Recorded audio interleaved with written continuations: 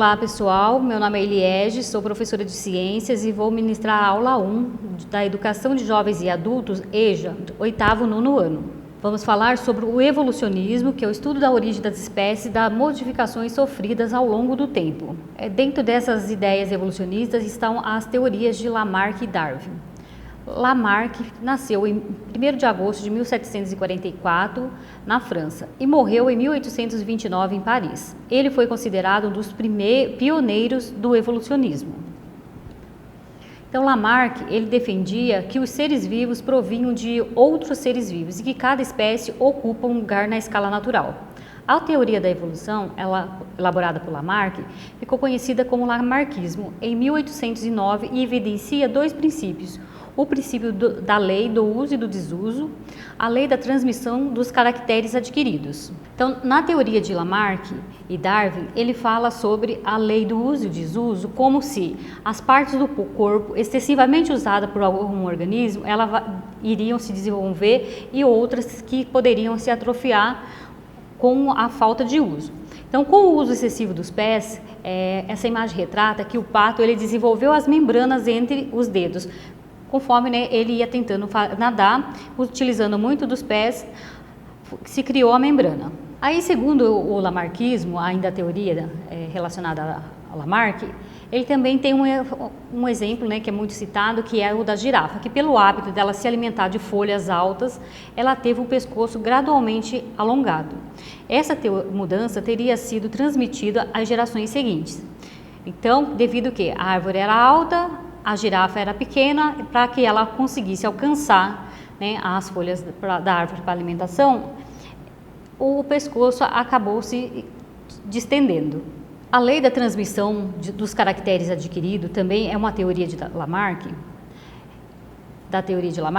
Ele coloca que as características que um organismo adquire ao longo da sua vida pelo uso e desuso são transmitidas à sua descendência. Por exemplo, que os espinhos adquiridos pelo cacto durante a sua evolução são transmitidos às gerações futuras. Dentro dessas teorias, um resuminho bem rapidinho. Então, o organismo sofre a modificação ambiental, ele vai necessitar de adaptação e aí ele vai ter um novo comportamento. Então, o meio que é o agente indutor das modificações herdáveis. Na lei do uso e desuso, acontece o desenvolvimento de um membro ou a atrofia de um membro ou órgão. Na modificação do organismo, a lei da herança da herança dos caracteres adquiridos e também a transmissão de característica aos seus descendentes. A lei do uso e desuso, ela não é uma teoria assim aceita, como verdadeira em todas as situações, e os órgãos desenvolvidos pelo uso sofrem regressão quando deixam de ser usados. As características adquiridas ao longo da vida por um ser vivo, elas afetam apenas a sua parte somática e não o material genético, ou seja, não são transmitidas à sua descendência. Chegamos à teoria de Darwin, conhecida como darwinismo. Charles Robert Darwin nasceu em 12 de fevereiro de 1809 na Inglaterra e morreu em 19 de abril de 1882 também na Inglaterra. Ele estudou medicina e teologia, mas foi na botânica e na geologia que ele obteve reconhecimento. Darwin, ele viajou por 5 anos pelo mundo, a bordo do Beagle. Ele percorreu o mundo coletando fósseis, animais e plantas. Após 20 anos de estudo, Darwin publicou A Origem das Espécies, que serviu de base para a comprovação da sua teoria. Nessa viagem, junto ao Beagle, em 1831, durou até 1836. Então, aqui está detalhando os pontos que ele visitou, que foi uma viagem de circunnavegação de Darwin, com os seguintes pontos de parada. Então, ele parou em 20 locais, durante essa viagem toda. Ainda na teoria do darwinismo, ele destaca os principais aspectos dessa teoria, que seria as diversas formas de vida surgiram de ancestrais comuns por modificações na sua descendência. Os mecanismos de modificação é a seleção natural e que indivíduos de uma mesma espécie apresentam variações.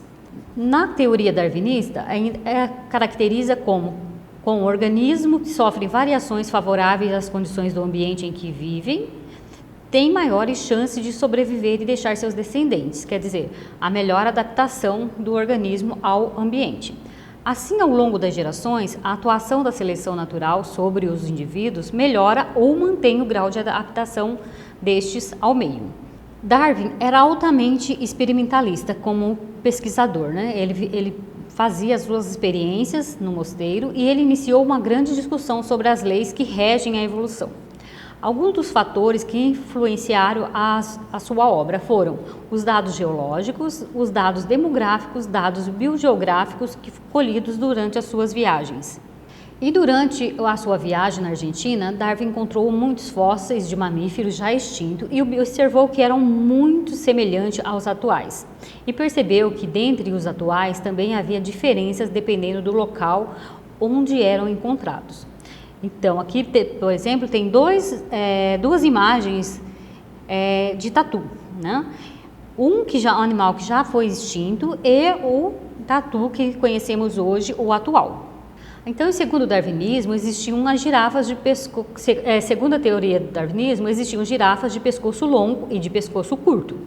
As de pescoço longo, por terem mais chance de alcançar o alimento alto, sobreviviam, deixando os semelhantes.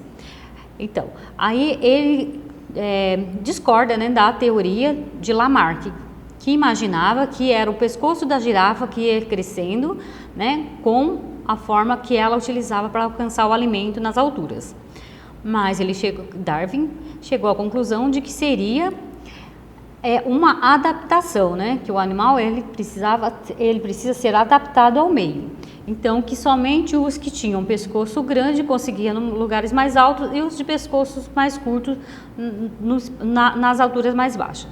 Comparação das teorias de Lamarck e Darwin em relação ao pescoço da girafa.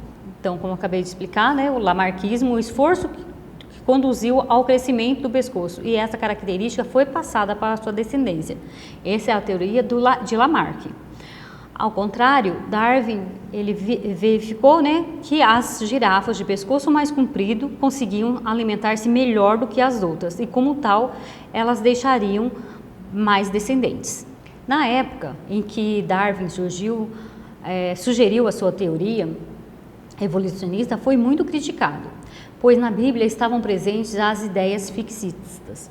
Muitas charges foram criadas para desqualificar Darwin e sua teoria. A teoria de Darwin ela passa a ser aceita pelo meio científico apenas no século XX, depois das descobertas de Mendel sobre a transmissão hereditária de caracteres, e somente em 1997 a teoria recebeu a anuência do representante máximo da Igreja Católica, o Papa João Paulo II. E a teoria de Darwin ela passa daí a ser aceita pelo mundo científico, né, apenas no século XX, né, depois dessas descobertas de Mendel sobre a transmissão hereditária dos caracteres, e a teoria ficou conhecida como a teoria de Darwin, darwinismo, que é a sobrevivência dos mais aptos. As teorias de Lamarck e Darwin versus uma contra a outra, né? Então Lamarck ele deixou como legado que a evolução linear, enquanto Darwin deixou a evolução ramificada como um ancestral comum. Então, o legado de cada um, de estudo de cada um, é bem diferente. Então, Lamarck, o meio gera variação e a evolução é linear. Darwin, a evolução é ramificada com ancestral comum e o meio seleciona uma característica já que apresenta uma variação. Esta foi a aula sobre as teorias de Lamarck e Darwin, das ideias evolucionistas, e tem como material de apoio a teoria da evolução, que é um resumo que você precisa saber. Está disponível no link abaixo. Tenham todos um bom dia e até a próxima aula.